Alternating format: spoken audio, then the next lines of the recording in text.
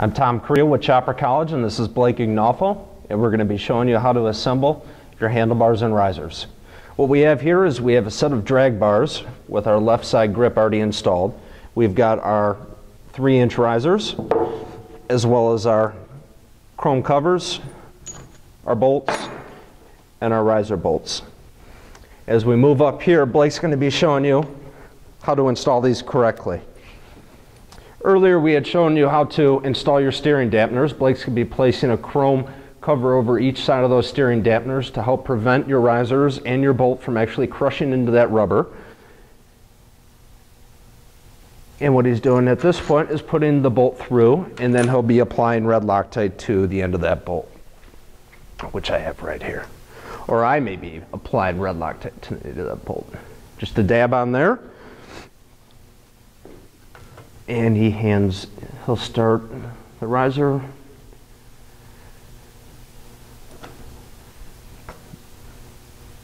And we'll be doing the same thing to the other side, keeping them loose.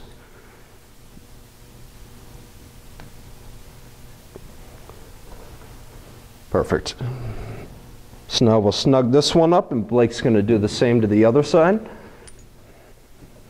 If you don't have risers and just have handlebars with pullbacks in them, what you're going to be doing is the same procedure, but just with obviously without the risers.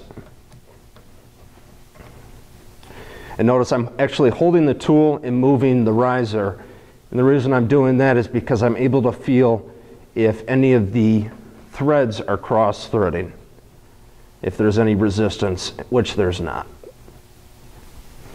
And with our handlebars, as Blake actually tightens those up, on the drag bars here you'll see the slotted areas, which are an extra feature to help the handlebars from moving up and down. And you also see the dimples placed in the bottom here, which is for the wires when you put on your control housings. And on this side you'll have obviously your throttle with your throttle and idle line.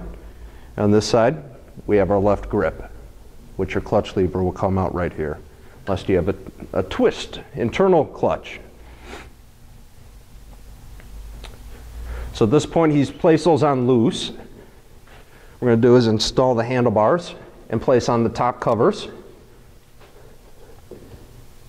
And what you want to do is measure these out,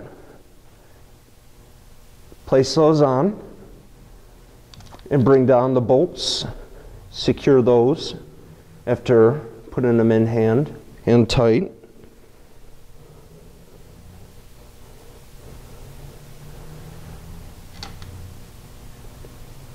And then we'll move to the bottom of the risers and secure those. You can also have a tape measure handy at this point to measure from the center of your riser to the starting bend of your bars here to determine the proper distance where you need to center them up. As Blake tightens the front bolt for the risers, you also want to make sure that the distance is even on both sides of the risers here when tightening them down. So on this side you're going to want to keep that tight, but also you want a gap here that matches the gap in the front.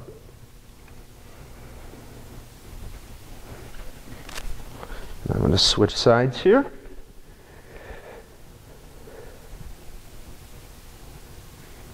As you can see, the bike's starting to take shape now.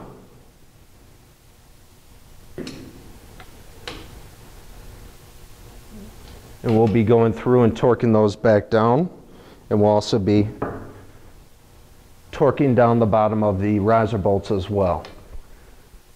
And what this helped us do, instead of bringing down and torquing down the riser bolts initially, we were able to line up the risers first. And that's how we set up our handlebars, and you can too. I'm Tom Creel with Chopper College, and this is Blake Ignolfo.